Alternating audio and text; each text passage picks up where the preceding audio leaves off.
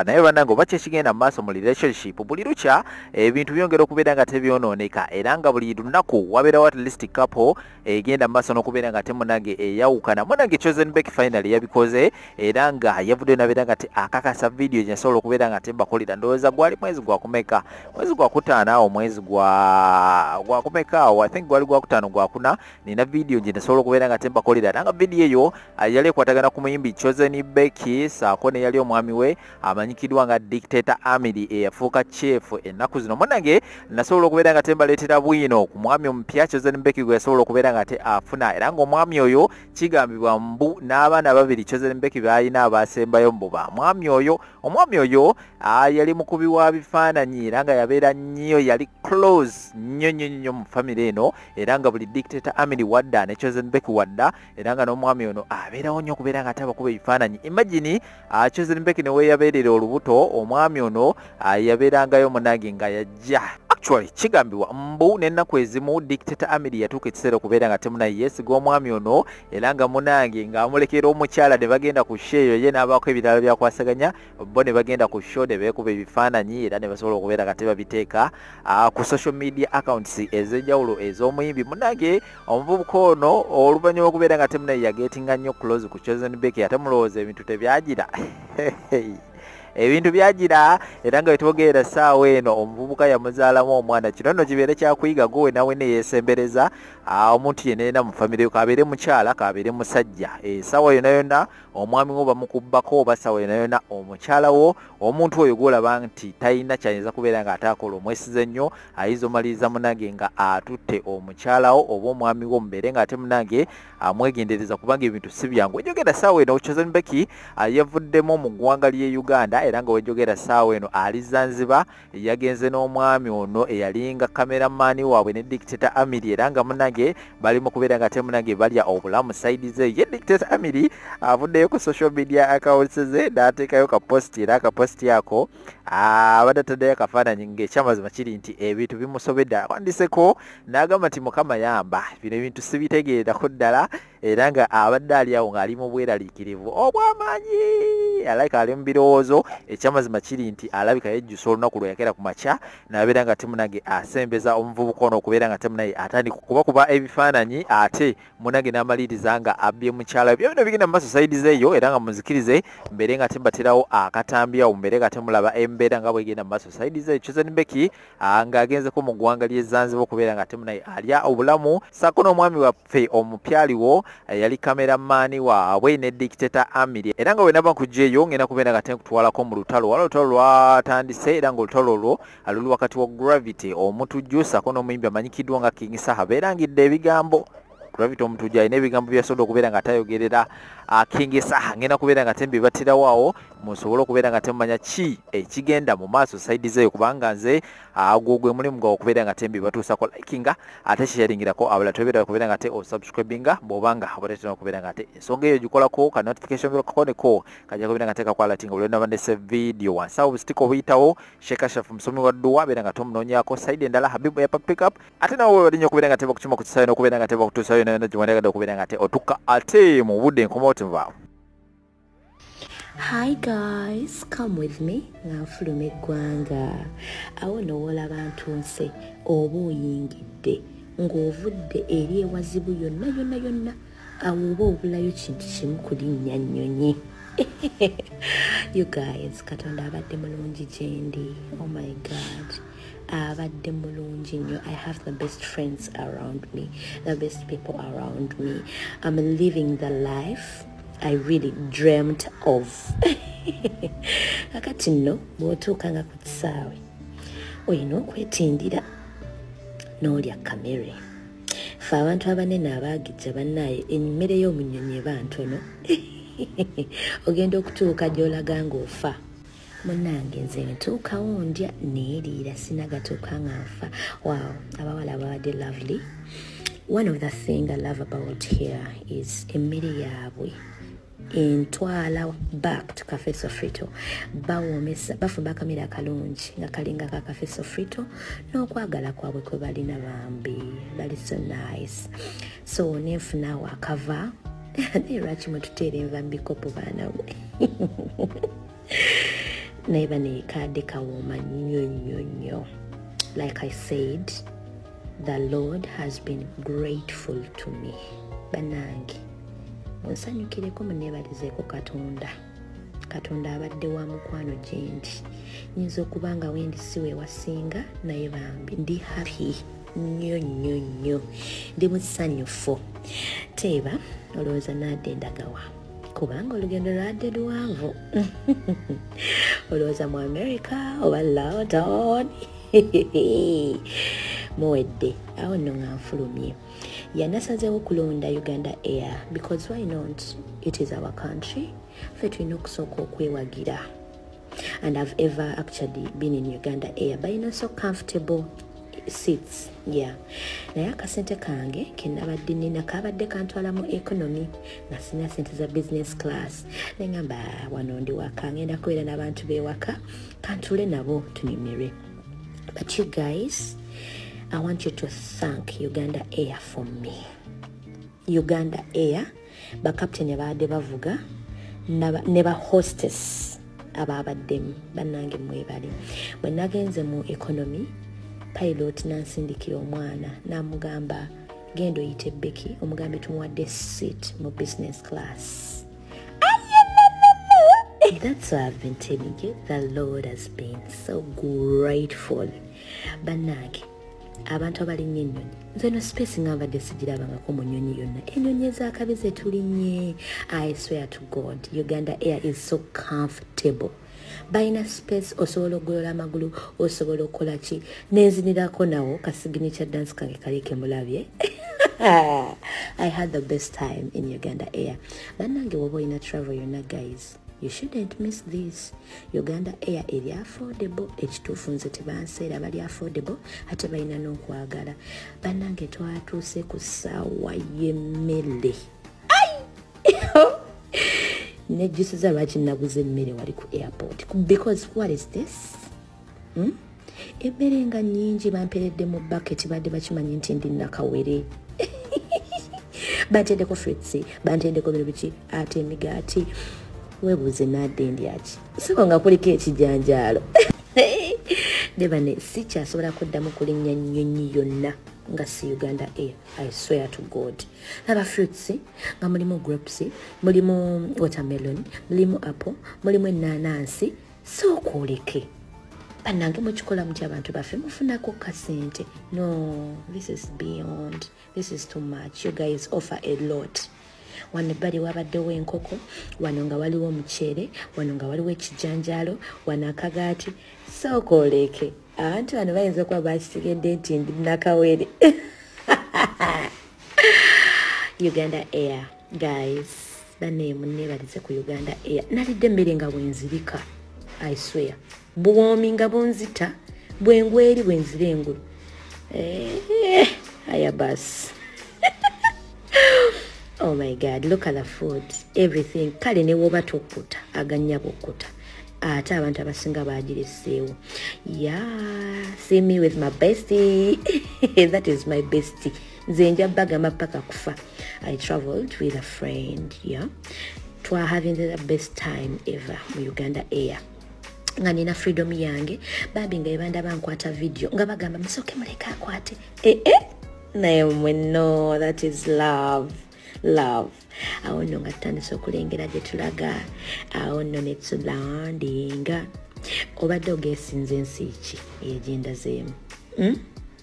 Twalandinze bulungi. I want to thank the pilots kubanga bannaye ennyonyi zigwa ennaku zino. Era nze nalinnye ntya naye bannange baatuuze bulungi nnyo ne tulandinga nga tetutegedde nakutegeera. Baana mmwe Katonda abadde mulungi naye nga Uganda Air. If you're hoping to travel, I want to tell you one thing. Use Uganda Air. Uganda Air. Omanyi okutambula ng'omanyi oli waka.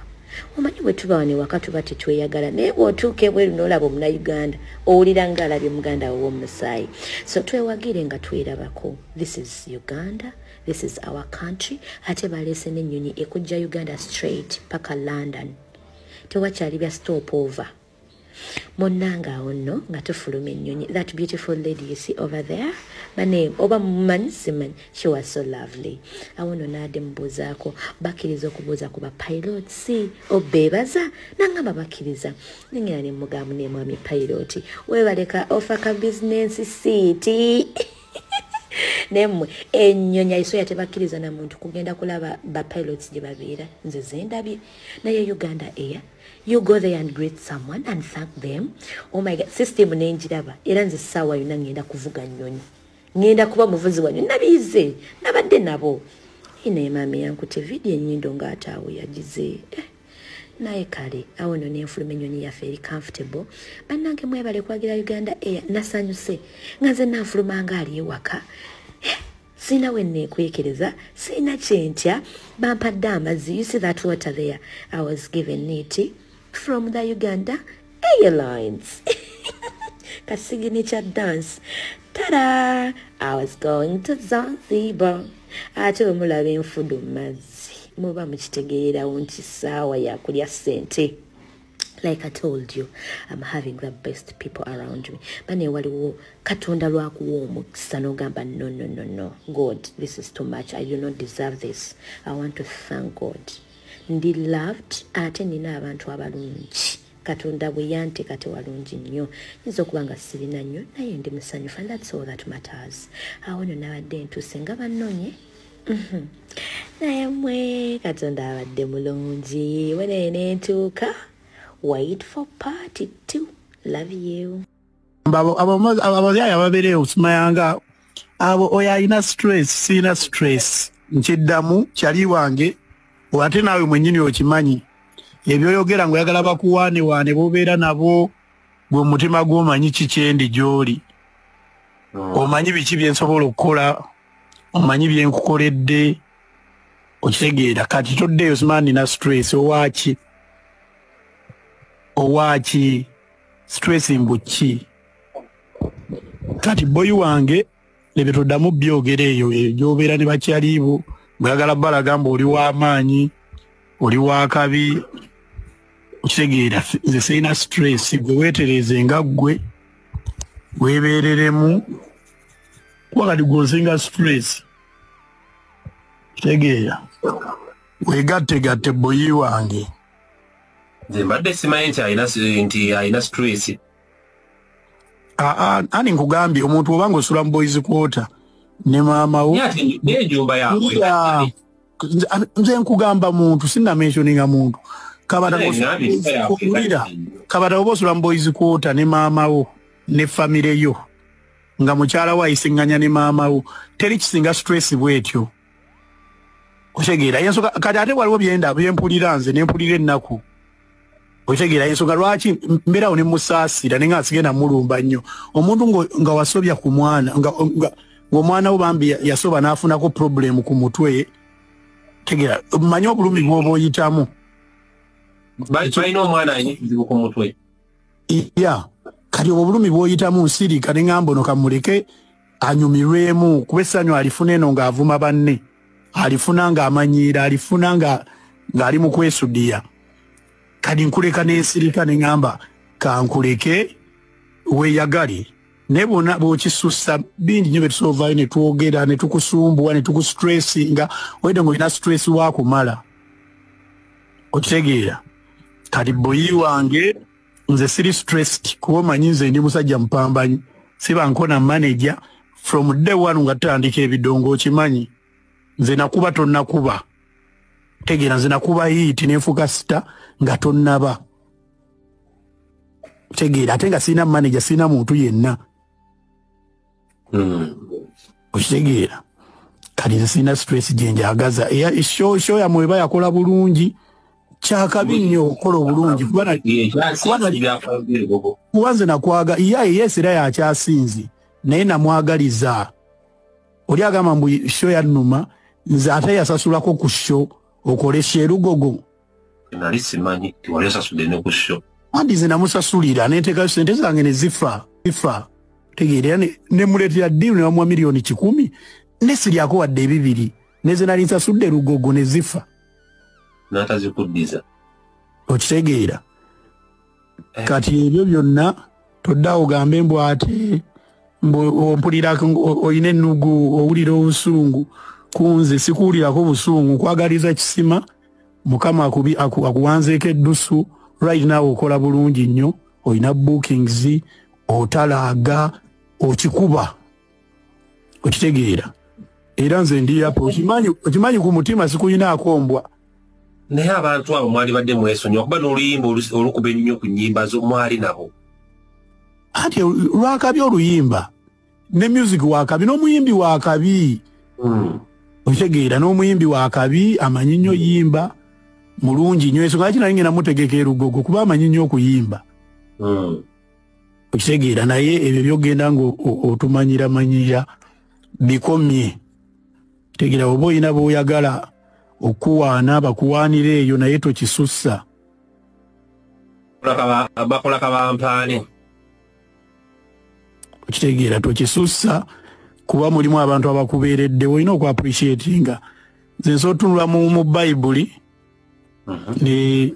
nenkola ki ebintu byenjogera sirimba siwaayiriza nze sisawa kuba musirusiru kuva eri kwogera bintu nga tebikwatagana era byenjogera bituufu temulimu kuvvoola temulimu kuvuma kuba oli mukwano gwange okitegeera twakula naye twatandika naye kati boyi jasi gwe weebereremu omanye wookoma ate ne luusi z'aba mikwano gyo tekikusanyusa nnyo ojaguze okyala muno ng'akoze loosi no tegeera bino naye seetaaga byogera naye mwava mwenna mu bwavu otegeera bino naye saagala byogera kudda wano kwogera bino kuba siteera kwogera nnyo bintu ebyo bwe mba njogera nyija abantu n'envuma buvumi bwe mba kwogera naye nze mwagala nga kyali wange sinewemba si mwagala mutubonge tubeere bikya mwagala bwagazi kuba manyi gye tuvudde okitegeera manyi gye tuvudde nali nkusuzizaako ko mu kazigo kange wabasuzanako mu kazigo yakimanyi mbadde simanyi jaki tobitegeera wano tugende nabe n'abawo okimanyi abawo jasibeera lofiiti bakyali babamu obeesonyiwe ebyobufuzi tebitwawula ate kutuuka eyo kwerangira kujjayo bintu birala kwogerera kino njogerere kino kwogerere kino saala kuba mu lutalo naawe kitegeera wamusuza wamwatambula wamusasulira ku show wamugulira ku ngoye n'ayambala olaba byonna ebyo mukama okunjijjako buli kyennina buli kyennina teri nze siwaayiriza era nandibadde mbaako byenjogera era byesimanyi sibinyega okitegeera kati neesonyiwa kuba nze nakwesonyiwa okuva lwe celebratinga loosi yange nenkwesonyiwa nenkulaba bulabi kitegeera nenkusabira kisima you understand mbadde sikimanyi niya mikwano gyange wano egikwagala ennyo asooka zaabwe mbutimu gundi nze sigirina okitegeera siina gwe neesibako saagala kubeesibako kitegeera kuba siina kyembeetaaza okitegeera tuli very fine mwabasula mu boys quarter nga wazimbe oguntu wazimbe omuzikiti gwo osula mu boys quarter ofuna badongo bo n'obaleeta awo n'obagamba nina ennyumba oyina omuzikiti ennyumba gy'osasula yingizaamu n'abantu abagenyi bwe bakyala babateeka mu ddiro ne babafumbira ne babawa ebyokulya ne balya tegeera mukyalawo n'avaayo n'asaavinga abantu naye bakyala bammwe mubakweka mubateeka eyo oba muba mubakuba miggo ate mu mataala ne muteekamu batikitooka temuba bakazi bammwe bitiibwa basajja mmwe okitegeera tuli very fine mwabasula mu boys quarter nga wazimbe kakati tutandikidde ku nyumba ya Saha yazimba boys quarter ku ya Gravity nabalaga Kalinayi kati saha ennyumba ye ya wansi naye ina shape awo n'akayumba akesudde wano mu nsonda wali wakati awo n'ateekawo puulu wakati w'ennyumba ya saha waliwo swimming pool eri mu kuzimbibwa kati gravity gyayita boys court engeri gye bweyawudde we buti naye ennyumba eri emu ate yattegula enakawokaawo akuba kiri kyayongeddeko mbo muzikiti sijja kugendayo nze ekyokulala buli lwe King Saha n'emikwano gye babeera wabweru mu vibe yaabwe awo ebweru era ne waba agabudde abantu idi biki ebyo abagabulira awo wabweru kati gravity kyawakanya naye nga gravity tetunalabako wagabulira muntu yenna temukeerabiraako yes kalina agikola ki agiina naye yagabudde ani nga tulaba yagabudde ani yadde mu bimuli bya bulange kale tubijjemu ewaka tugende mu kifo ekiri neutral. Abalungi abatuuliriza era abatulaba olunaku olwaleero tuchaddeko ewa Sheikh Ashraf Dembe.